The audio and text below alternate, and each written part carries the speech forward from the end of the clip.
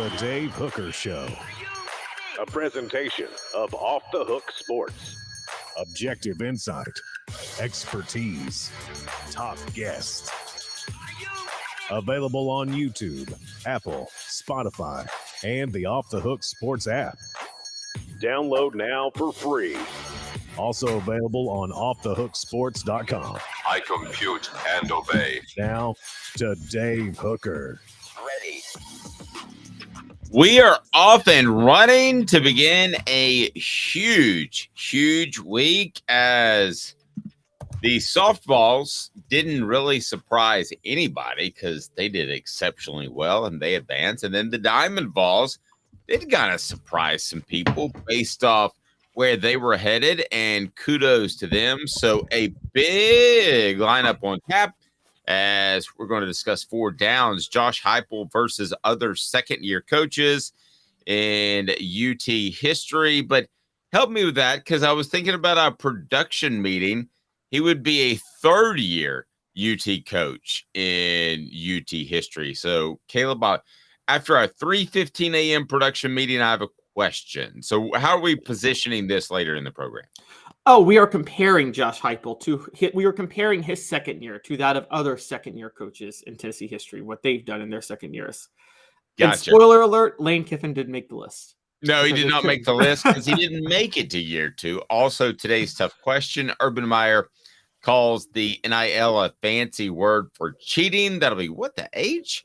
And Josh Heupel versus Brian Kelly, who's better schematically? This should be an interesting conversation because I do like a little bit of the old school pro style type of approach to knock Josh Heupel whatsoever. And then before we get into it, predicting the Vols' 8-game conference schedule for 2024, because we got into scheduling info and we got into the 8-team permanent playoff model, the 9-team permanent playoff model. And we both agreed that Caleb, essentially, the SEC, who is pretty definitive for the most part in their decisions, got a little bit wishy-washy. So they'll go 8 in 2024, which I don't think is what they want to do long-term. Good morning to everyone. Hit the like button. If you haven't subscribed, do that as well. So what do you got, Caleb? Let's go ahead and get to today's tough question, predicting Tennessee's 2024 schedule, which will be just right around the corner. Today's tough question brought to you by crafttreats.com. Today's tough question. Take a side. Take a stand. The Dave Hooker Show, a presentation of offthehooksports.com. All right, so we'll predict Tennessee's 8-game conference schedule, and it's brought to you by Craft Treats. Go to crafttreats.com, use the promo code OFFTHEHOOK, and you will get 20% off any of their fine products, all homemade, holistic there. But they've got the CBD derivatives where they can take care of your pet's anxiety issues, arthritis issues, or digestive issues. They are awesome. So they're the chill pills. Use the promo code OFFTHEHOOK and you get 20% off any of their products. So predicting the Vols' 8-game conference schedule in 2024. A lot of these schedules are still up in the air, right, Caleb? Because we just now decided as a region, a conference, that on Friday it would be an 8-game schedule instead of a 9-game schedule, which I think is a shame. So when we look at Tennessee's schedule, what do you think? So my guess is, based on things I've heard, because this is such a stopgap moment, because really they just couldn't come to an agreement, I do believe they're going to keep all the rivalries they can intact for 2024, which leads me to believe that Tennessee is going to still be playing Vanderbilt, Kentucky, Florida, Georgia, and Alabama. I think they're going to play all 5 of those games next year. They had better, and if that's your stopgap, then I can roll with that. I hate that they're even having to use a stopgap. I think it's a sign of some troublesome leadership at the top. I don't want to call it incompetent because I think Greg Sankey does a great job for the most part. But yes, this is not a good sign that Tennessee and the other SEC schools are a little unsure about their schedule past 2024. So I hope it's as close to what Tennessee had last year, because I like all of the rivalries pretty much except for Missouri, to be real honest with you. Missouri could fall off the face of the earth, and I would be fine with that. But I hope it pretty much stays status quo and stays the same. And isn't that part of the reason that you're doing this stopgap situation in 2024? I would think. Yeah, that's the big reason. And I'm with you. I like the rivalries. Even people are going to call me crazy. I know Tennessee Kentucky is not a rivalry in football, but it's a college sports rivalry in the sense that Tennessee dominates Kentucky in football, Kentucky dominates Tennessee in basketball. And basically, where the rivalry comes into play is one team likes to try to get the better end of upset the other team in one of the other sports, basically. Okay, And so let's do this for just a second if we can. What are the rivalries that Tennessee has? Because Tennessee, and listen, if you're another school we mention, don't take this as any sort of insult, or if you're another school we omit, don't take this as an insult, because Tennessee is a weird school that has a ton of rivalries, right? I mean, they have a ton of rivalries and no like natural Michigan Ohio State style of rival. Or I was going to use Auburn, Alabama. I mean, there's no, this is a rival that can't go away. They're all like, these are good rivals. Yeah, it's like that date you go on, you're like, yeah, that was a good date. That wasn't a great date. It's not like I met my soulmate, and it wasn't a complete dump either, where I'm never going to call the other person back. But they're all kind of really, really good dates where you're like, there's a possibility there. So Tennessee, Kentucky is a rival because partly of basketball. Tennessee, last I checked, was number 2 overall in basketball wins in the SEC to Kentucky. That's been a couple of years old, so somebody could have surpassed that, but Tennessee was number 2. So that's kind of a combo guard rival thing. Vanderbilt, if you're over 70 years old, that's a huge rival, and it's in state. Georgia, to win the East, has become an incredible rival. Same thing for Florida, even more so because Florida had a guy named Steve Spurrier that had Tennessee ties. Alabama, we know Tennessee, Alabama. South Carolina, to me, is not a rival at all. But the ones that I mentioned, and tell me if I'm leaving somebody out, which would be Georgia, Florida, Kentucky, Vanderbilt, Alabama, all have a strong argument that they should be on Tennessee's schedule. Let me hear from the message board, and you tell me what you think. But those are the ones I would hate to lose. And then after that, you can just kind of rotate people in, whether it's the LSUs or the South Carolinas. Again, I'm talking in fantasy world. This is what I would want to happen, Caleb. This is not what I'm predicting will happen. Yeah, it's going to be even when it goes to 9 games, it's going to be a 3-6 model. So you're going to have to get rid of 2 of those rivalries. My guess is Tennessee is going to have to drop. They're going to have to drop Florida, Kentucky, and Georgia, because by default, the SEC needs 3 teams for South Carolina to play permanently, and I think Tennessee is going to be one of those teams. And so it'll be Tennessee, it'll be South Carolina, Vanderbilt, Alabama. As for next year, I think they can keep all 5 of those games for next year, at the very least. And honestly, next year, bring some old rivalries back. You got a little bit of flexibility with an 8-game schedule, so have Tennessee play Ole Miss and Auburn too next year. Well, I'm fine with that. But when we look to 2025, what are going to be the rivals? Are we going to be all back in this debating once again, or are we going to figure out what's best and then go with that this year? We're going to be all back in it in 2025. And it's going to be who will either it'll stick at 8 games, which is just going to be, I don't know if they can stick at 8 games, or we're going to see them go to 9 games and there will be a 3-6 format. And at that point, it'll be who should Tennessee's 3 permanent opponents beat. And it'll be a debate amongst those 5 or somebody else. I think the 2 most untouchable Tennessee games are Alabama and Vanderbilt. Say what you want about Vanderbilt. It's the 4th most played game in the SEC. No one's touching the Vanderbilt game. I don't care what people feel about it. They're not going to touch it. No, and I don't think Tennessee wants that to go away because, again, you and I have debated recruiting the mid-state area. I do think it's going to end up being good. I could be proven wrong, but I think within 2 or 3 years, you're going to see a bubble there, and you're going to see that be a good recruiting area. So if you're Danny White, what do you want the 3 games to be? Let's assume that it goes 9 games after 2024. Surely to goodness it will, right? Yeah, it would have to. I think if you're Danny White, you want Alabama, Vanderbilt, and this is where you throw tradition aside. I think you want Georgia because you talked about recruiting. You want to be able to go into Georgia every other year and play football. I just agree. for recruiting purposes. I agree. And I know we talked to Cooper and Jacob, but they're not the only ones.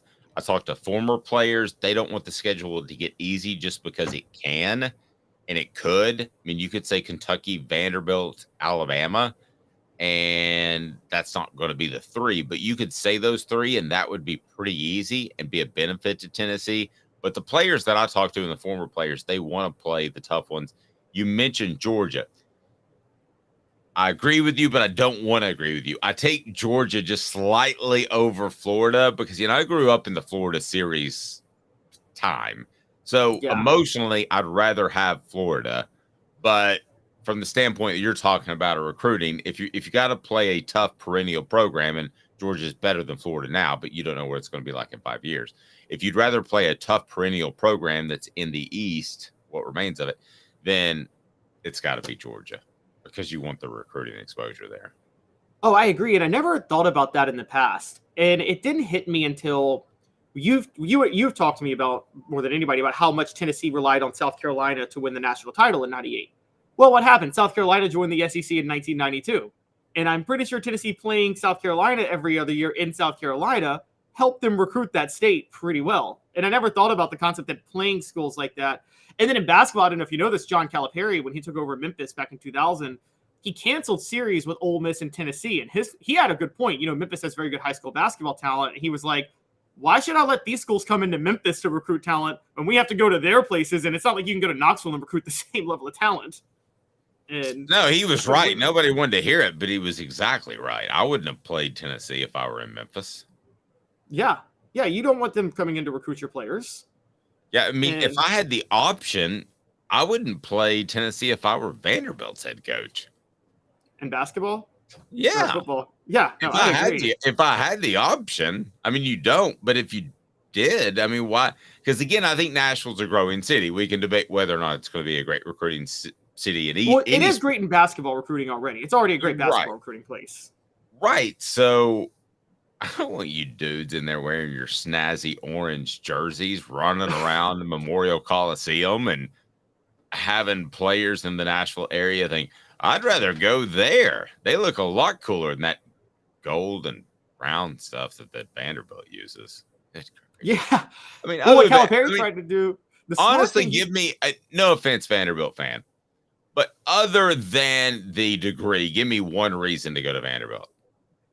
Anybody on the message board. I might give away a Hooker t-shirt or a Kraft Treats gift certificate. And it ain't like hookers are a good reason to go to Vanderbilt because Tennessee is a little bit not, they're never going to legalize that. So it's right. Now, everybody think about it. I guess the town is pretty cool. I guess. I don't Nashville know. Being in Nashville. I mean, being in Nashville is really cool. I do love Nashville. But yeah, but I haven't been to Nashville in so long. There's a matter of time that it's coming. It's either this year, next year, or it's within 5 years. Travis says Nashville is bleeping awesome. Yeah, but we're going to show up before long, and it's going to be like Atlanta from the 90s to the 2000s to me. Whoa, it got too big. It's going to be like downtown Gatlinburg from the 90s to now, and it's like, whoa, it got too crowded. It's funny. So one of my friends, a really good friend of mine, he's African-American, lives in Atlanta. He's like, I feel like Nashville's like white people's Atlanta. That's what he said. It's actually a pretty good comparison. Jacob Warren, what should people do with this channel? What's up, everybody? This is Jacob Warren asking you to like, subscribe, and share. Dave needs this. He certainly does. All right, let's move forward. Where that was today's tough question. We predicted the Vols' 8-game conference schedule in 2024. We forgot to use the element, so we might use it later. What the H? Talking Urban Meyer. Why does Urban Meyer make what the H and he's not even a coach? This is like the second time in a month. What the H? What the? What was he thinking? Release the hounds. The Dave Hooker Show. Keep cool. A presentation of offthehooksports.com. Urban Meyer, you silly, silly, silly man. He calls the NIL a fancy word for cheating. Nope. What you had was a fancy word for being immoral.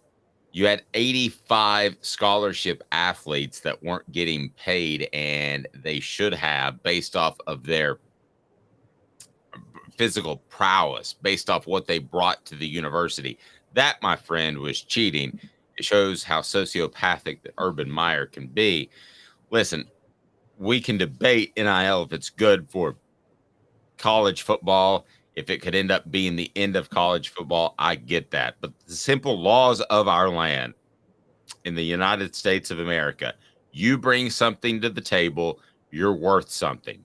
So no, NIL is not a fancy word for cheating. What they were doing before NIL was a fancy word for cheating. And I know a lot of people use the term slavery, and I think that's an unfair term because of the abuses of slavery. But a lot of people have used that in the past.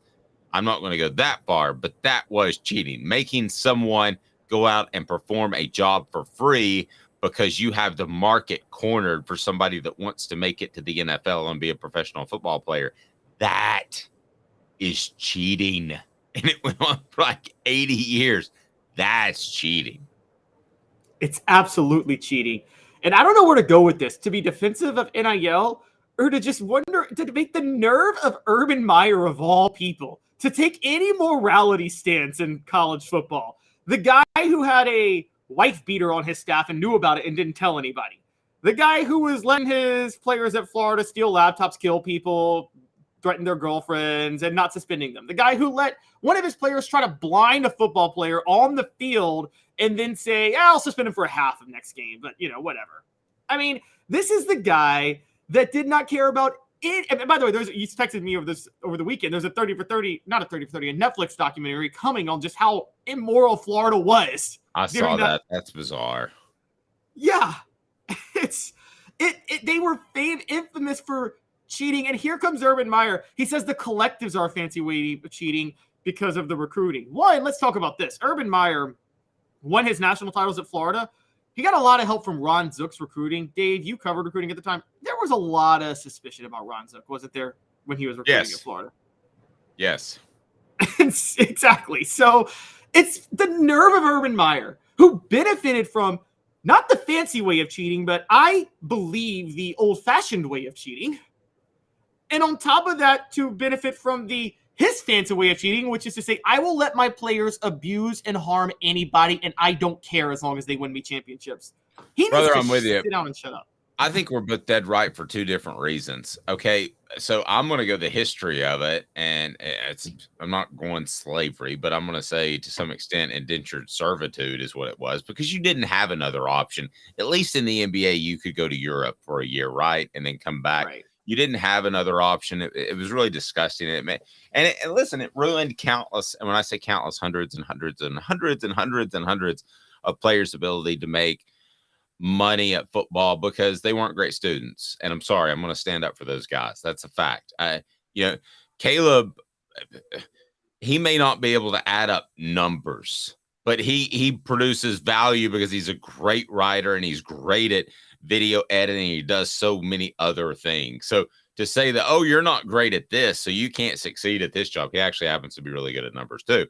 But if I said that would just be stupid, that would be stupid on a whole different level. And it was legislated. And the fact that Caleb went in another direction and is even more correct than I am, that you cannot go out and call out people that are unethical when you ran one of the most unethical programs in the history of modern day college football in terms of programs that matter. There may be somebody doing it at West Virginia North State via the I-24 corridor school university. But as far as programs that matter, who's been any dirtier taking out moral things like Penn State and that sort of thing and Michigan State, okay? But who's been any dirtier other than those totally immoral schools on the college football scale? Who's been worse? Who's been worse? Yeah, nobody. It's not even close. Urban Meyer towers above everybody. And he's been a fraud like this for a while. I don't know if you know this, but this was about when Jameis Winston was at Florida State. Urban Meyer had the nerve, I kid you not, to go on Bill O'Reilly when O'Reilly was still on Fox News and say, it'd be really hard for me to let a player like Jameis Winston on my team. Really? Really, Urban? It'd be really hard for you to let a player like Jameis Winston on your team. I mean, He'd be stacking cash for him to be on his team. He would be stacking up cash bigger than that alligator that was on Naked Jim McElwain. He'd be stacking up 850 pounds of bull shark cash is exactly what he would be doing. Travis says Nashville, Kid Rock's. You can throw a rock on Broadway and it will hit the best bar you've ever been to in your life. So I'm calling some people to have like a fan party, not necessarily for SEC Media Days, because no fans go to that because it's just a bunch of dudes talking to each other. But, you have the Virginia game. So I'm looking for a place to hold a little a party for Off the Hook Sports. So there would be no better place to do it than Kid Rock. I don't know how to get in touch with Kid Rock, but if anybody does, let me know. For the record, Foo Fighters, a couple of weeks for us. My wife has okayed the $170 price ticket, but I found 8th row tickets for Kid Rock in Nashville. They're about $500. She hasn't okayed that yet. Should she okay that, Caleb? No, because Kid Rock railed back in the day against artists who charge too much for their concerts, and look what he's doing now. Sell out. I thought you told me that Ticketmaster got their claws in that or something. Yeah, but Kid Rock was like, what Kid Rock was taking the stance on, I won't perform at the venues that do that. Well, it looks like you're going to perform at the venues that do that, Kid Rock. And also, I don't like Kid Rock's like whole like fake redneck persona. You grew up in the suburbs of Detroit, okay? And you're pretending like you're some country boy who grew up in the rural areas of No, you are a suburban kid. He pretended to be some hip hop kid in the 90s, like from inner city Detroit. He's not. Now he pretends to be some redneck. He's not. Although, to be fair, kind of fits in with Nashville, because the one thing Nashville is like it's like a fake redneck town. It's a bunch of kids who grew up in the suburbs that pretend they grew up redneck. Same way Atlanta. Most of the people there aren't even from Tennessee. Exactly. By the way, Fred White will kill me on this. Atlanta's the same way with hip hop. A lot of kids who grew up pretending to be from the hood, but they really grew up in the suburbs, like John Morant. If you see Kid Rock in concert, it will change your life. Oh, I'm sure he's musically he's very talented, and I'm sure he would be great in concert. I just don't like the fake redneck persona. I never like it. I didn't like it when Kenny Chesney did it. Okay, I didn't like it when these country music artists put on makeup and cowboy hats and tight jeans and pretend they grew up redneck when in reality they grew up in the suburbs and privileged as heck, and like they never worked a day in their life for anything. I thought you were a big Taylor Swift person. She doesn't fake being a redneck. She owns being pop. Okay, 2 minutes. And how does Josh Heupel compare to other second-year coaches in SEC football? In Tennessee football history? He does all right. Let's just say that. 2 minutes back. Josh Heupel's stance in history. I think you'll be pretty impressed when we look back at the former Tennessee coaches that have been in his shoes heading into year 2, because last year was year 2, and they won like 11 games. Stay tuned off Thug Sports. And Craving Wings South North Shore location, where we've heard people say that you can get the best wings in East Tennessee. Pero ¿quién es este? El número 87, Jacob Warren. I'll just do 6 in my sauce 87, please. Imposible, señorita. Dale 6 más. Look at these wings. Perfectas, deliciosas, fantásticas. Man, I don't know what you're saying, but it sounds awesome. How do you say fresh, never frozen in Spanish? Frescas, nunca congeladas. Make your way to Craving Wings and get you 6 más. But what was funny about Cadis, we were a full continuum of care at that time. We had detox, we had inpatient, we had outpatient. So we were doing a lot of the things that we do now. But now we just do them so much better. It's really a simple program, but we're complicated people. I am what I am, and now I got to do something about it.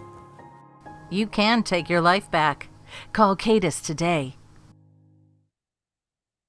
Got cataracts? We can fix that. Never miss another moment.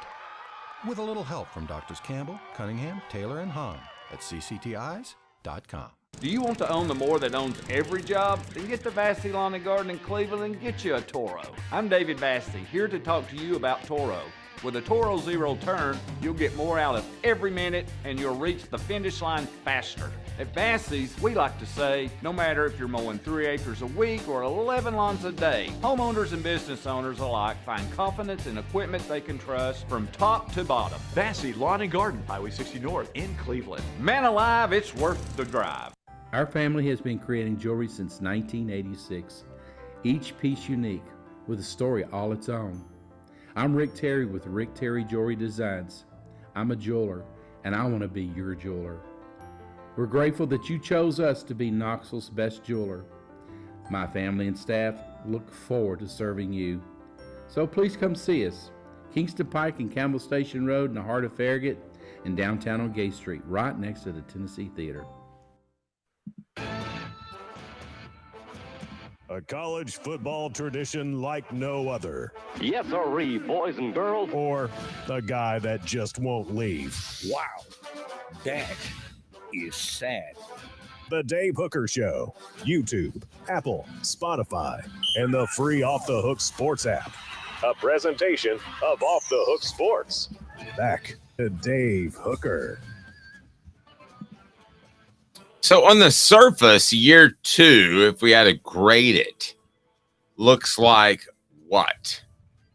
Caleb Calhoun, it has to be an A+, right? You beat Alabama, you beat Florida, Georgia is Georgia. I don't know. Do you want to say A because of the South Carolina collapse, the Columbia collapse? It has to be A for 2 reasons. There are second-year coaches that have won national titles, including Urban Meyer. Yes, I called him Urban Meyer. But also just relative to Tennessee football history. There are 2 coaches who had better second years than Josh Heupel. Not by much, but if we're judging by championships, they had better second years. Let's get into that right now, and it will be 4 Downs. 4 Downs is brought to you by Andy Mason of AndyMasonRealEstate.com. Andy Mason of realestate.com is absolutely phenomenal. I will tell you more about him, but first, it is 4 Downs, and it's brought to you by AndyMasonRealEstate.com. Taking a look at Josh Heupel and where he ranks among Tennessee and SEC coaches that have completed their second year. Should be pretty good.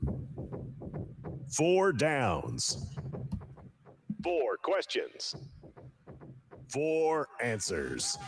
The Dave Hooker Show. 4 Downs. A presentation of OffTheHookSports.com. Okay, I'm going to start with first down. Pruitt Butch Dooley. And it's brought to you by Andy Mason, AndyMasonRealEstate.com. Go there, save thousands or tens of thousands of dollars, over 40 years of experience in Andy's office. And Andy Mason of AndyMasonRealEstate.com is phenomenal because best service, best prices in the biz. So first down, Pruitt Butch Dooley. How does Heupel's second year compare to those collection of bozos? Better than all of them. The closest is Jeremy Pruitt, who went 8-5 his second year. Even after that, Georgia State and BYU losses to open up the season. But so if I made you pick between the 3, strictly based off of their second season, of those 3, had they stayed at Tennessee, which they weren't going to, which do you think had the most impressive second season? Because with Pruitt, you have to factor in, too, that he did win 8 games, but I think we've learned now, hindsight 2020, he brought in some talent. He brought in talent, and also that was probably the easiest schedule Tennessee ever played. If you go back and look at that game, the SEC East was really, really down at that time. Not that it's much better now, but it was bad. And Pruitt lost to BYU and Georgia State to open up the year that year.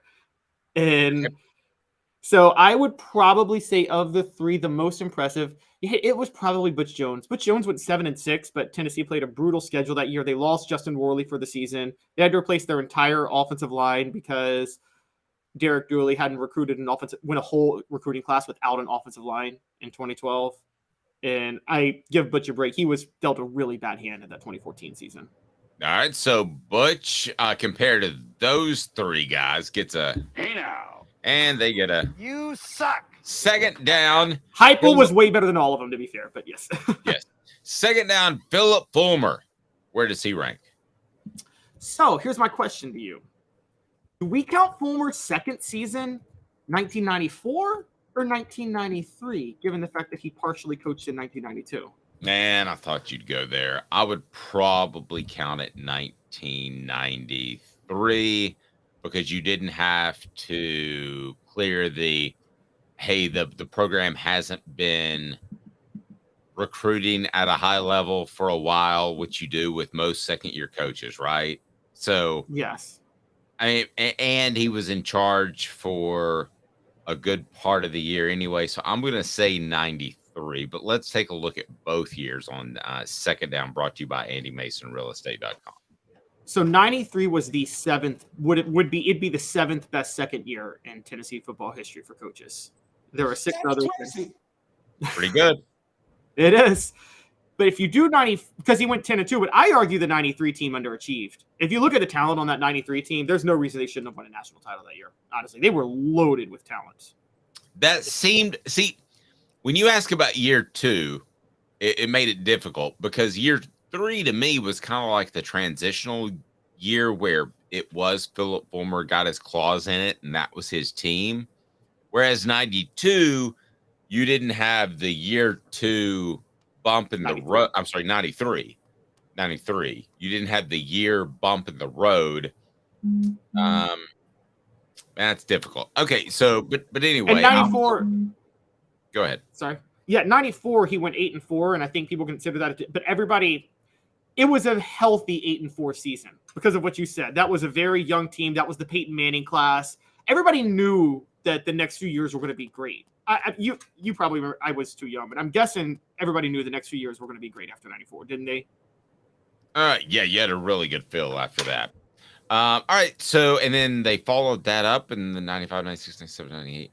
The 95 class was the top class in the nation. That was before widespread recruiting rankings, but most people consider that the top class in the nation. AndyMasonRealEstate.com. Third down, Caleb Calhoun. And the question I have for you is, how about a guy named Johnny Majors? Year 2, Johnny Majors. Take me back. All right, Johnny Majors' second season was not as disastrous as his first, but it was not good. He went 5-5-1. I don't know the sentiment of Tennessee at the time because I wasn't born until 1988, but I wonder, it seemed like Johnny Majors had a long leash for the struggles that happened in the late 70s, early 80s. And I'm guessing it's because of how beloved he was and people understood that Tennessee was so far behind on facilities. Because that and everybody had a longer leash. Nowadays, if you haven't made an impact by year 3, that's troublesome, right? Yeah, you're gone if you haven't made an impact by year 3. Yeah, so back then it was everybody kind of got 5 years. And if you stumbled upon to a good year in 4 or 5, you probably got 7 or 8 years. So I don't think it was just Majors, but the fact that he was a beloved son and had success at Tennessee certainly was a factor. But yes, you got a long, long time to get things turned around, which he did.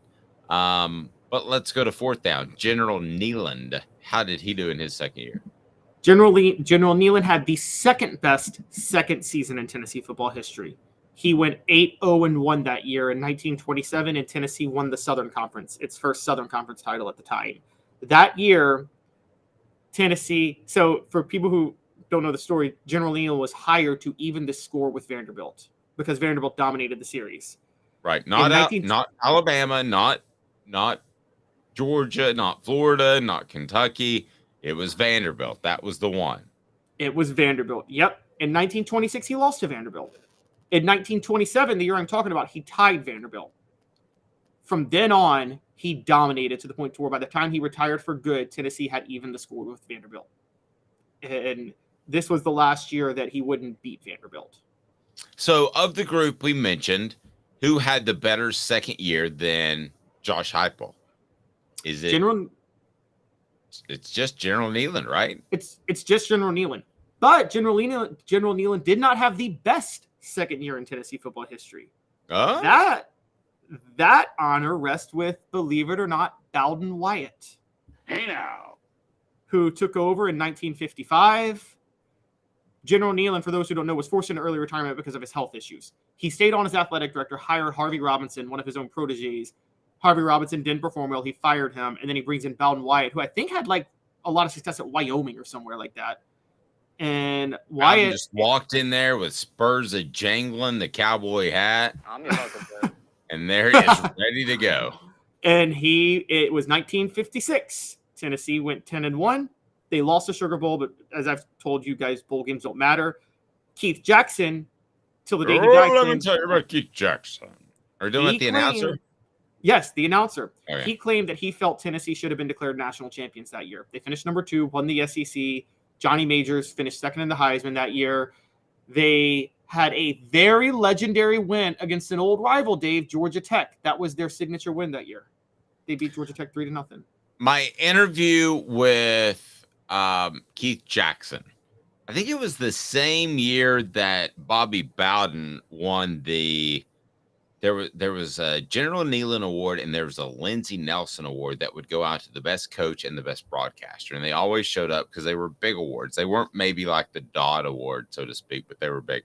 And I remember interviewing Keith Jackson, and I said, "What's the one thing you're looking forward to most in retirement?" He goes, "Well, let me tell you, not looking at a clock, not looking at my watch, not worried about it." And I said, "Well, that makes sense because in broadcasting, everything's timed out." He goes, "Oh, you know it. Makes sense." He took a job doing the Pac-12 games 2 weeks later. He did. I remember that. Oh my God, I got to be honest. When you said not looking at my what, I thought you were about to say not looking at my wife. And I'm like, wow. Yes. Oh, let me tell you, she slipped a bit. Oh, couple Nelly. other names I want to mention, by the way, before we get out of this topic. Doug Dickey finished in the top 10 his second year, 1965. He did pretty good. And there were Bill Battle, 71, did pretty good, 10-2. John Barnhill, he was mentioned on the message board. John Barnhill, whether he finished in the top 10 his second year, for those who don't know, he coached Tennessee between Neyland's second and third stint, probably weathered the most difficult time period in Tennessee history. This was at the height of World War II. And Barnhill was having to lead the program those 5 years. And Tennessee was very limited in what they could do. All right. So our guy, Caleb Calhoun, has people getting rowdy. And we discussed this at our 2 o'clock and 40 minutes production meeting this morning. And I knew he would do so, but he's like, "I'm just going to do it because I'm not scared. I ain't never been scared." I was like, "Okay, you do it." Today's tough question. Take a side. Take a stand. The Dave Hooker Show, a presentation of offthehooksports.com. I'm curious why you went here. We discussed it in the 2:30 production meeting. Josh Heupel versus Brian Kelly. Who's better schematically? And it's brought to you by Campbell, Cunningham, Taylor, and Hahn. Look at me, no contacts, no glasses as well, because I had the LASIK surgery, and it is fantastic. Local doctors that care about you, cataracts as well. And they've got the individual vision centers for your regular checkup. So you got Josh Heupel versus Brian Kelly. Who's better schematically? Now, if you can define, as we did this morning at the 12:45 a.m. production meeting, if you can define what you mean schematically, do you mean across the board? Do you mean just on offense? You mean offense, defense, special teams? I'm assuming you don't mean putting together a program, which people could argue I've got a scheme of a method for putting together a program, but define what you mean by schematically. Yeah, I was thinking specifically offense since they both come from an offensive background. And I'm saying one game for your life, who do you trust to put together a better offensive game plan? One game for your life. So I'm entering the SEC championship game, and I've got Brian Kelly of LSU versus Tennessee. I'm not taking Josh Heupel because of what he would do that week, but I think overall his scheme is significantly better. So I would take him not based off game planning, which makes it sound like that. And I'm not knocking him on game planning either. I thought he had a great game plan versus Clemson that took advantage of what Joe Milton III did the best. I'm taking Josh Heupel because the overall scheme. So in other words, 2 supermodels scheduled to attend an event. If one's dress isn't quite as nice as the other, if Brian Kelly outdoes it on dresses, then fine, he gets that. But as a whole, it's Cindy Crawford versus Caleb Giroux. Caleb Drew will love this. He's from Louisiana. So I guess where you're going, you've educated me on this. What you're saying is Josh Heupel, and this is what makes him similar to Spurrier, because you felt Spurrier had the better scheme in the 90s, but you're not sure he would have been the best game planning week to week. That is exactly correct. Yeah, I think Josh Heupel is Steve Spurrier redone without the smart aleck tongue. I hate making comparisons that are so cut and dry like that because everybody's different, but I think he is that guy. So I have to say I agree with you. I think, but I'm going to take a caveat. I think it depends. Josh Heupel's scheme, if they're both coaching NFL teams, I'd take Brian Kelly yesterday, today, tomorrow to run the NFL team over Josh Heupel every day of the week. I wouldn't even think about it. I think his offense translates better. I would too, but why? Just because it's more fundamentally ground based? Yeah, it's got more pro style elements. Okay, before you go too far down that road, let me play devil's advocate, even though I agree with you. Tennessee runs the football, right? We all know that by now. Okay, so are you oversimplifying just a little bit? Again, I agree with you. I'm playing devil's advocate. But are you oversimplifying just a little bit to say that Brian Kelly's offense is more fundamentally based than Josh Heupel's? Because Josh Heupel's offense does run the football.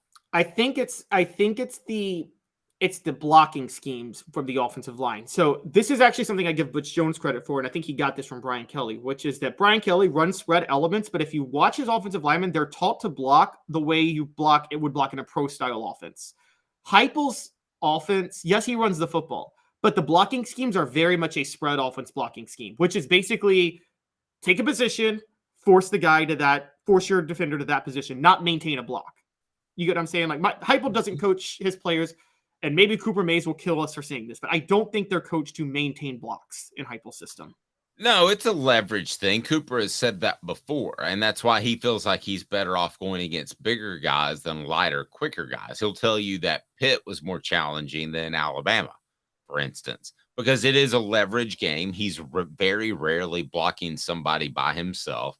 No, I think there's something to that. I don't go that far down that road because then you get into Butch Jones territory, and they didn't have a hand on the ground. When I saw that, I was like, that was every bit as big of a red flag as Dave Clawson flipping offensive lines. And when I saw that, I mean, seriously, when I saw that Butch Jones didn't even have a guy in goal line with his hand on the ground, I was like, this is trouble. They don't even know how to put their hand on the ground in a 3-point stance. I mean, nobody's asking for a 4-point stance, but for the love of goodness, you're on the 2 and you're standing on 2 feet. So this is nowhere like that, but it is at the very least keeping defenses honest and a little bit more. So to me, it is every bit as fundamentally sound in the college game as anything that Brian Kelly does. I would absolutely take it. And I hate the fact that people say gimmicky and people on the message board think that's a bad thing. Listen, because of the loosey-goosey offensive rules in college, gimmicky should be a compliment. Can we just officially try to change that word from a negative connotation to a positive connotation? I'll take a little gimmicky. Look at what Mike Leach, rest his soul, was able to do, how Mummy was able to do at smaller schools. Yet, that is not Josh Heupel's offense.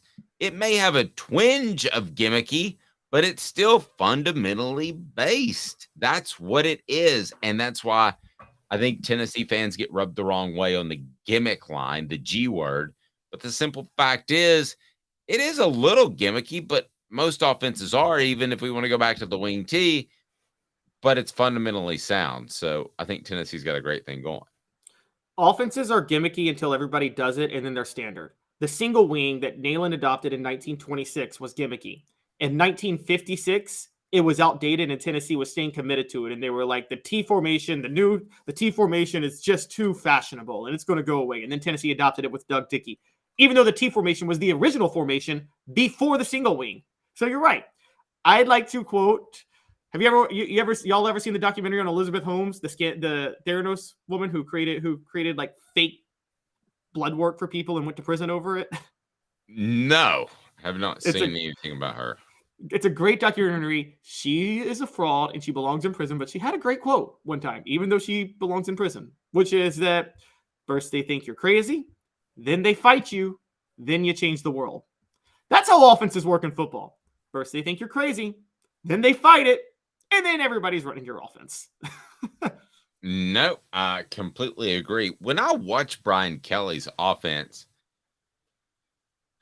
pro style is too strong of a word, but I see an offense that is more pro style based, but has little tweaks in it to make it more adept at the college game. Whereas when I look at Josh Heupel's offense, I see a college offense with some pro style approaches, which is have the ability to run the football. I think they're on not completely opposite ends of the spectrum, but opposite ends of the spectrum in terms of the way they approach the offensive game.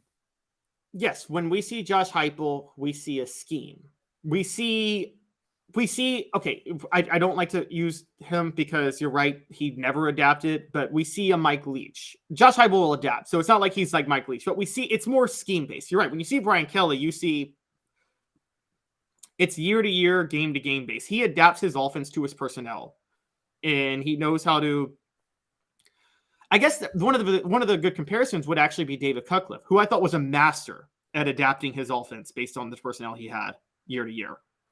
And he ran a standard pro style. Brian Kelly is more creative than Cutcliffe, but just that principle that they adapt their offenses, because Cutcliffe went, I will never forget when he just brought up the no huddle in 2007 out of the blue. He had never run it his whole career, but he was like, I got a senior quarterback and a great offensive line that's veteran. I'm going to run the no huddle. And it worked. Mr. Jones says innovative sounds better. It does. And those two words, gimmicky and innovative, are probably closer together in definition than you might think. Gimmicky to me is what the Ravens ran the first 2 years in Lamar Jackson. Now, Lamar Jackson can throw now, and that was the idea that they were going to develop him into a thrower. So it sounds like an insult now. But Mike Vick at Va Tech, those were gimmicky. Those were taking advantage of very elite running quarterbacks. I don't think that Tennessee is trying to make a 12th man essentially on the field, which is what you're doing. And when you run a guy around a lot at quarterback, you're trying to create, he's not only a quarterback, but he's a potential running back. That's what you're trying to do, is create a 12th man versus the 11 on defense. But I think those two are examples of gimmicky, and you can probably come up with others, Caleb, that was Mike Vick gimmicky because he was special? Yeah, I mean, you'd be stupid not to do something gimmicky with him. Was Lamar Jackson a good enough thrower to not be gimmicky very early in his career? No. So they did that with him to some extent with Jalen Hurts. Now, I think it both developed as throwers, so I'm not painting this broad brush, Caleb, but those to me are gimmicky. See, I didn't think Mike Vick was gimmicky at Virginia Tech, though. What Virginia Tech did to me, what Frank Beamer did, was similar to what I felt Bobby Bowden did with Charlie Ward, which is I don't think they had a scheme. I think they just had a very dynamic athlete at quarterback, and they basically were like, snap the ball and make something happen.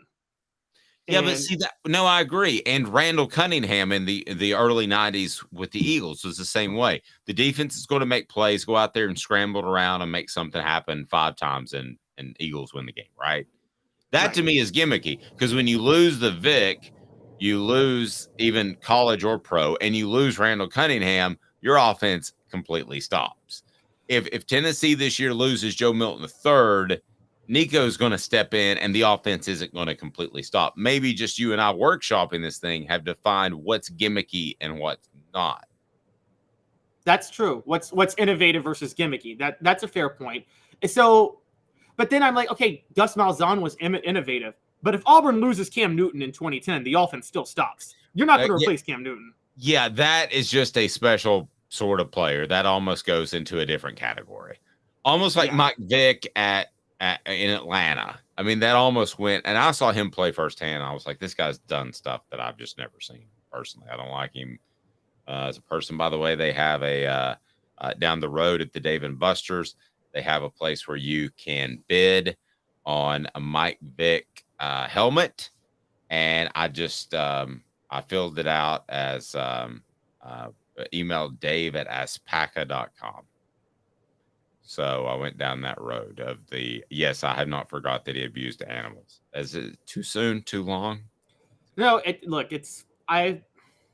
I'm one of those people. I do believe it's the biblical Saul to Paul story, and I believe in redemption, but there are some things it's like the level I don't think people understand the level of animal abuse that went on in the dogfighting ring. I mean, they were like electrocuting and drowning dogs after they lost. It was just bad. There's a specific player that we've chosen not to work with because of things I know about his background, a former Tennessee player. So it's not just where I am. I mean, there's certain things that I can't get beyond. But yeah, I think if you have a Vic or you have a Cam Newton, you take advantage of them. And then when they're gone, you're not going to be able to take advantage of them anymore. So you better have something good to go. So what happened in those particular cases with Frank Beamer? What happened with Gus Malzahn?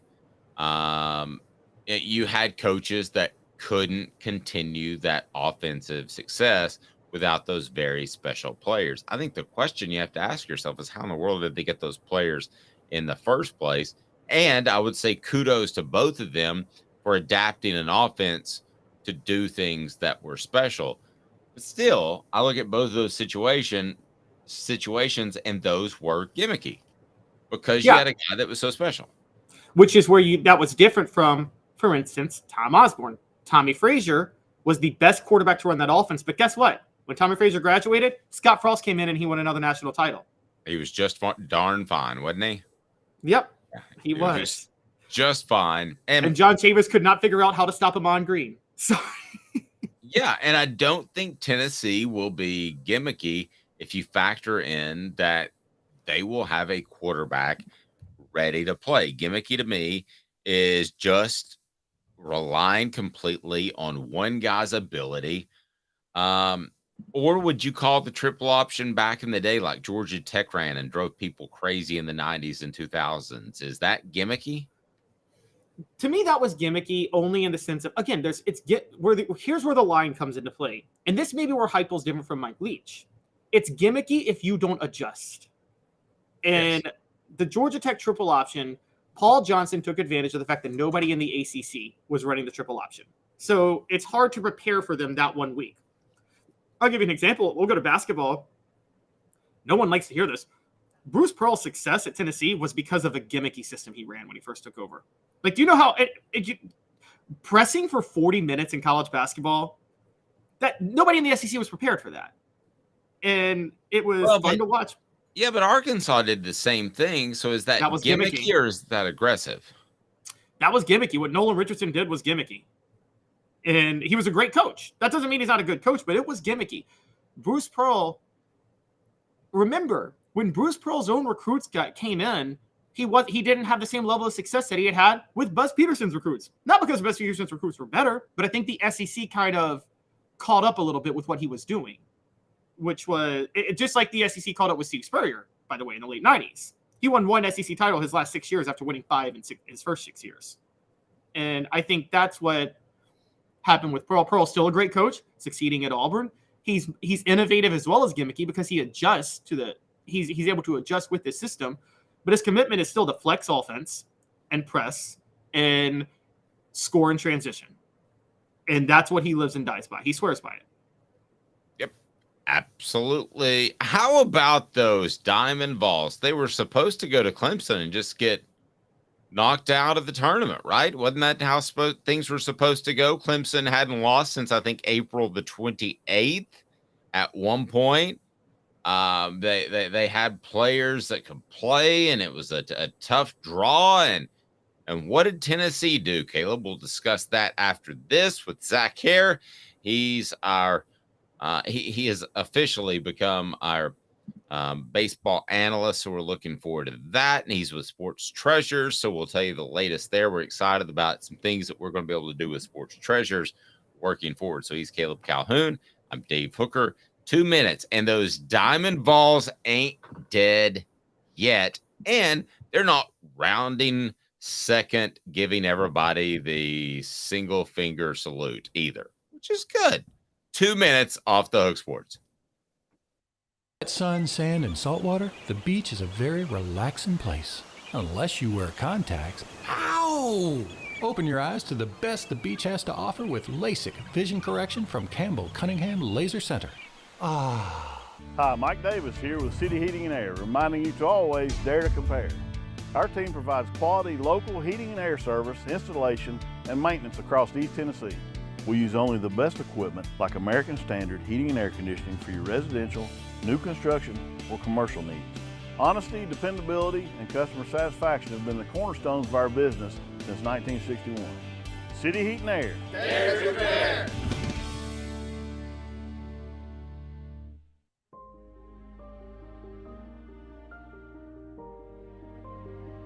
Our family has been creating one-of-a-kind pieces of jewelry in West Knoxville since 1986. Each piece is a combination of unique processes that bring your idea to life. Every day in our shop, a truly special item with a story all its own is being manufactured in our facility, bringing the history and family sentiment into a whole new generation of life. We're grateful that you chose us to be Knoxville's best jeweler, a title that we value and respect. Because to me, being a jeweler and owning a jewelry store are not the same thing. I'm Rick Terry. I'm a jeweler, and we want to be your jeweler. Kingston Pike and Campbell Station Road in the heart of Farragut, and downtown on Gay Street right next to the Tennessee Theater. When you want a hard cider that's easy to enjoy, one that's crafted to perfection, you need Tennessee Cider Company. Some say it's the signature cider of the South. Others say it's the cure to your craving. They all say you'll savor every sip.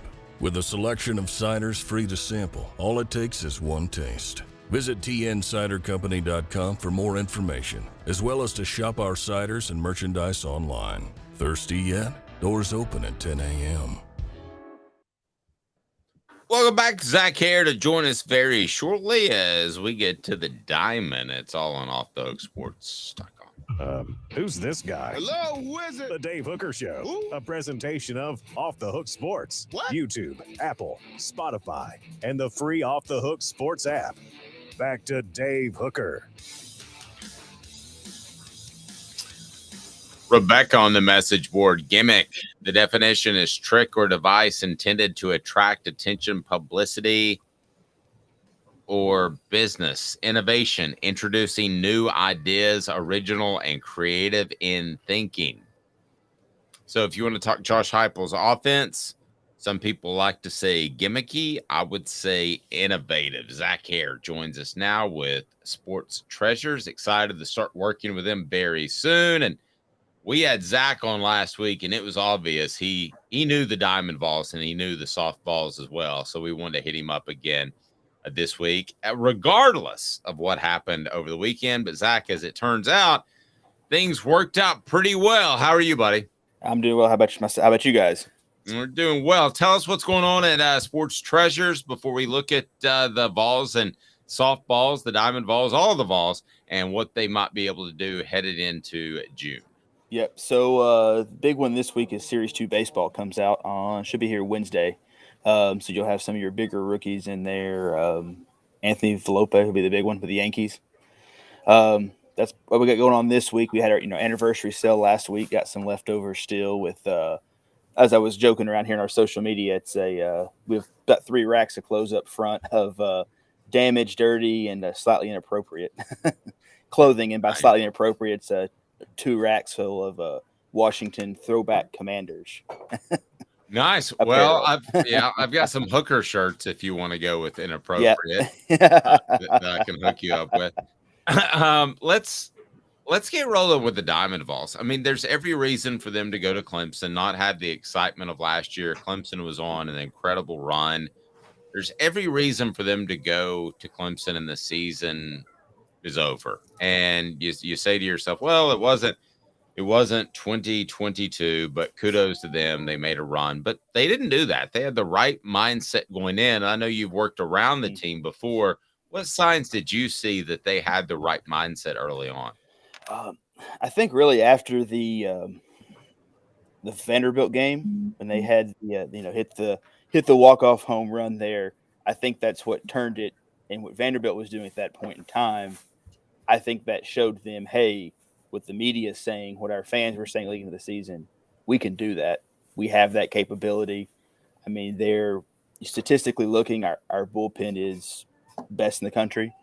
I mean, you've got what should be 3 top half of the first round draft picks in this year and next year's draft with Burns at the time, who's now moved to the bullpen, but with Beam next year and Dolander this year and Andrew Lindsay just coming out of nowhere to really do what he's done, especially to be a Friday night starter in the SEC. It takes a nice little different person mentally to be a Friday night starter in the SEC. But I think that was when that hit, that proved that I think the players saw they could do it, and that they had gotten to the point before that home run of, hey, let's just go out there and have fun. And I think that was just two worlds colliding. It made a perfect storm. So Zach, where does Zane Ditton's performance over the weekend rank in most clutch performances ever by a Tennessee athlete? I mean, I think Peerless Price, the 98 national title game. Yeah. Is that on that level? It's I don't know if it's quite to that one. I would put it maybe a close to where Gilbert's grand slam was against I'm drawing a blank, Wagner, I believe it was 2 years when we hit it to go on to win that first game of the regional a couple years ago. But definitely that was big, him especially, being a transfer, and he's been a clutch player who I was watching the game on TV, talked about how he hit a walk-off grand slam, I believe it was, in Little League World Series as a kid. So he's always had that, what seems to be the clutch factor. I would definitely think baseball-wise, clutch is going to be in your top 5 or 6. I was a little young when Helton played here. I'm sure he had a few as well as Condridge. Maybe Dave knows some of those he can. Thank you. Thank you. I was ready. Yes, I was at school during the Todd Helton years, but not the Condridge years. And so, but overall, Tennessee, I think you'd be flirting with top 10. You've had some good football and basketball ones to go around. But that was definitely I was out mowing, listening to the game, came in to watch the 9th inning, and I had to apologize for my wife and vacuum up the grass that had fallen off of me after that home run afterwards. Yeah, and John Wilkerson, always a great guy to listen to, another fantastic call over the weekend. So this team had so much pub around it last year, some good, some bad. Zach, how would you compare going into the second week of the playoffs with this kind of flying under the radar? May not be the right term, as opposed to rounding second and giving the one finger salute. I mean, how would you weigh both of those as far as your confidence level going into these games? So obviously we're not sure if we're playing Penn or Southern Miss yet.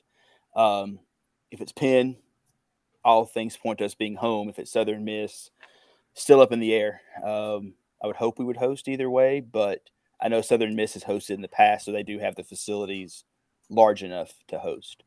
Kind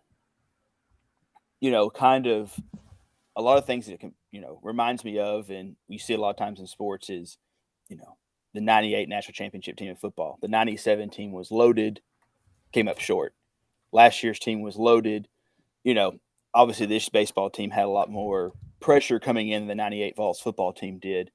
But I think you can see a lot of comparisons as the pieces are there, but they're more of a team. You don't have the personalities of Gilbert, and you don't have the personalities that Beck had, and those guys, you've got, I was at the first pitch banquet this year, and Burns was the player at my table, and he is extremely quiet, very laid back type of guy. And you see what he's on the mound, and you see that emotion.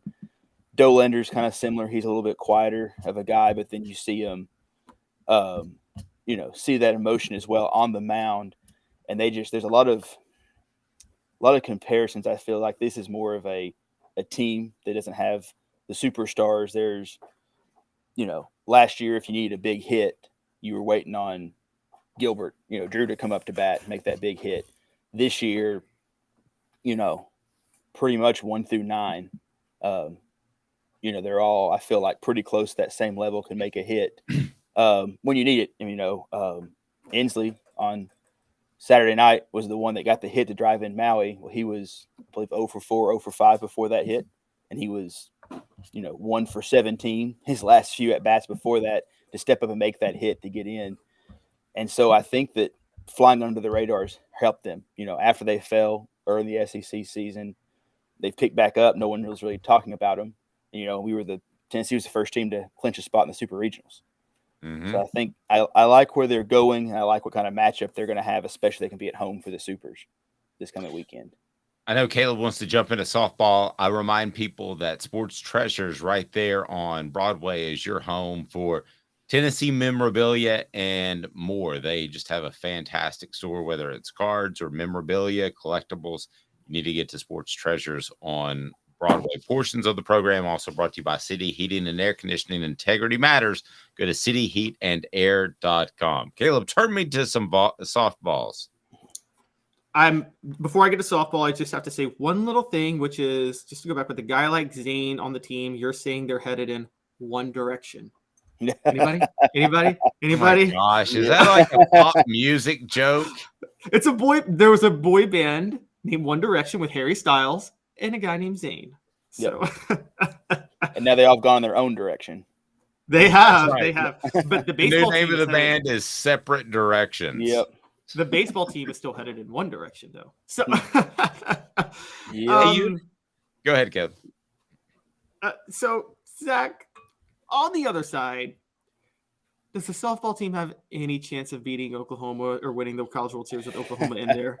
Or is this like North Carolina women's soccer back in the day? It's going to be tough when you got to beat them twice. There was an article here in I believe it was the paper, Friday, Fridays when they played Oklahoma, I believe. And they talked about, I read through it, and Karen Wickett talked about how she had rested her 2 pitchers to basically save them for their 2 games coming up today, or game today and then possible game tomorrow against Florida State. Oklahoma is so good across the board. I don't know. I mean, you might get them once, but to have to beat them twice, it's kind of the old adage, if you beat them in game 1, they're going to be ticked off in game 2. Of course, anything happened in game 3, but then if they beat you in game 1, can you put it together for 2 back-to-back games? But I think it's going to be tough. I think Florida State will be they're a good matchup with Florida State, hopefully to at least get to the championship series, as they said multiple times on the TV this weekend with Charlotte. If Tennessee gets to the championship series, they'll have their chip in their chair, and that's all you can ask for. Hey, Zach, I know you're at Sports Treasures right now, so we want to let you go here in a little bit, but there's a fine line between knocking on the door, like just every year, year in and year out, and then not winning a championship, and then it almost works against you. Where are the weeklies right now in your mind? Because they're knocking on the door. Reminds me of Florida State in the 90s, to date myself. And they're knocking on the door. Tennessee was one of those teams in the 90s. But at what point do you wonder, I'm not sure that they're going to actually be able to get it done for whatever reason? I don't know if it's so much them, but the teams that are around them. I mean, if you look at what they have this year, pitching is phenomenal. They've got great hitting. They've got all the parts you're looking for. I think that, kind of like we said with UNC in the 90s with soccer, you're just facing a juggernaut, unfortunately, that you can't – I don't know what you can do to topple it, but I don't know, I think they can get it done here. We talked about, other week. I think they have the parts here, but I would say they're knocking. But until Oklahoma decides to give someone else a chance, I think that knocking on the door may be the ceiling. All right, great stuff. Go ahead, Caleb. I would just say, I would also point out that to think about women's sports, a lot of people don't know this because it's crazy to think about, but in the 70s and the 80s, Pat Summitt was knocking on the door a lot and could not get over the hump and win a national title. Yep. And then she won 8. Yep. Great point. All right, so what do we got going on, Zach, at Sports Treasures? People need to get down there now. Yep. Yeah. Like I said, getting ready for should be Wednesday, should be here. Series 2 baseball. That's their big flagship, one of the big flagship products for the year. We'll have that in stock. A few other products come out this week. Geared up, getting towards the heart of baseball season, and then football season will be here before we know it. Yeah, well, trust me. We do have a bunch of UT signed mini helmets behind me that we got in this past weekend from somebody. So, yeah, the 98 championship guys. Yeah, Zach had me in, and he just wanted me to sign a bunch of helmets. So yeah. It actually devalued them tremendously. Yep. So now our Hendon Hooker shirts are dual purpose now. That's right. Dual hookers, whatever that means. Yeah. All right, Zach. Have a blessed day, man. We appreciate you. Look forward to working with you. Sounds good. Thanks, guys. Talk to you later. Zach Harris, Sports Treasures.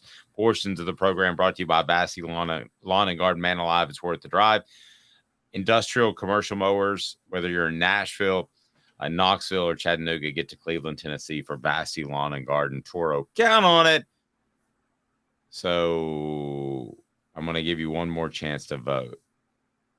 Who goes further and or wins a championship, men or women, on the Diamond? I'm going men because of what Zach talked about. Oklahoma is, they're like the Oklahoma football team of the 50s, that had that 47 straight game win streak with Bud Wilkinson. That's what Oklahoma softball is right now. Or the Nebraska of the 90s that Tennessee ran into a couple of times. That's true. Tennessee was better than that Nebraska team. Yeah, shorter span, but right.